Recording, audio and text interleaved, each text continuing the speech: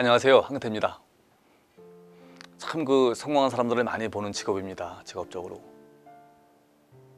공통점을 찾기 어려워요. 유일하게 공통점이 있다 하면 바로 저는 긍정적 시각이라는 생각이 듭니다. 어찌됐건요, 부정적인 사람은 성공하기 어렵습니다. 1975년도 여름 어느 날, 그죠? 박정희 대통령이 현대건설의 정정 회장님을 청와대로 급히 불렀어요. 야, 달러를 벌어들일 좋은 기회가 왔다. 근데 일을 못하게 되는 작자들이 있다 이거예요. 지금 당장 중동에 다녀오십시오. 만약 정 사장도 안 된다고 하면 나도 포기하죠. 이 박 대통령이 이렇게 얘기했습니다. 정 회장이 무슨 얘기세요? 라고 물었어요. 그래서 박 대통령이 석유 파동으로 지금 중동 국가들이 달러, 오일 달러로 주체하지 못합니다. 그 돈으로 인프라를 건설하고 싶은데 너무 더운 나라라 일하려는 사람이 없는 모양입니다. 우리나라에도 의사를 타진해 왔길래 내가 관리들을 보냈습니다. 그때 이 관리들이 2주 만에 돌아와서 한다는 얘기가 너무 더워 일할 수 없다는 거예요. 공사에 필요한 물도 없다는 거예요. 한마디로 공사 못 한다는 겁니다. 그 말을 들은 정 회장은 당장 중동에 갔습니다. 그래서 5일 만에 청와대에 와서 박 대통령한테 이렇게 보고를 했습니다. 지성이면 감천이라더니 하늘이 대한민국을 돕는 것 같습니다. 제가 볼 때 중동은요, 세상에서 건설하기 제일 좋은 지역입니다. 일단 비가 오지 않으니 1년 내내 공사할 수 있고, 그렇죠? 건설에 필요한 모래 자갈이 지천에 널려 있고, 자재 조달이 쉽고, 물은 다른 곳에서 실어오면 됩니다. 그래서 박 대통령께서 아니 근데 50도가 넘는 더위는 어떡합니까? 하고 질문했어요. 그랬더니 낮에는 천막 치고 자고 밤에 일하면 됩니다 라고 얘기했습니다. 기막히잖아요. 여러분 지금 돌아보면요, 우리나라는 중동 건설 붐 덕분에 일어났습니다. 그렇죠? 여러분 관리들과 정정 회장 시각이 완전히 반대입니다. 정정 회장의 핵심이 뭡니까? 긍정적 시각입니다. 정 회장이 제일 잘 쓰는 말은 임자 해봤어? 입니다. 해보지도 않고 그냥 안 된다고 생각하는 사람이 많았기 때문이죠.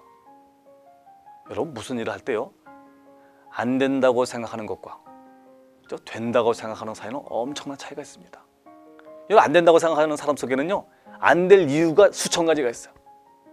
핑계가 들어서 차죠. 하지만 된다고 생각하는 사람은요, 설령 1%의 가능성밖에 없어도 붙잡고 들어집니다. 될 이유를 찾는 거죠. 여러분들은 어떤 사람이세요?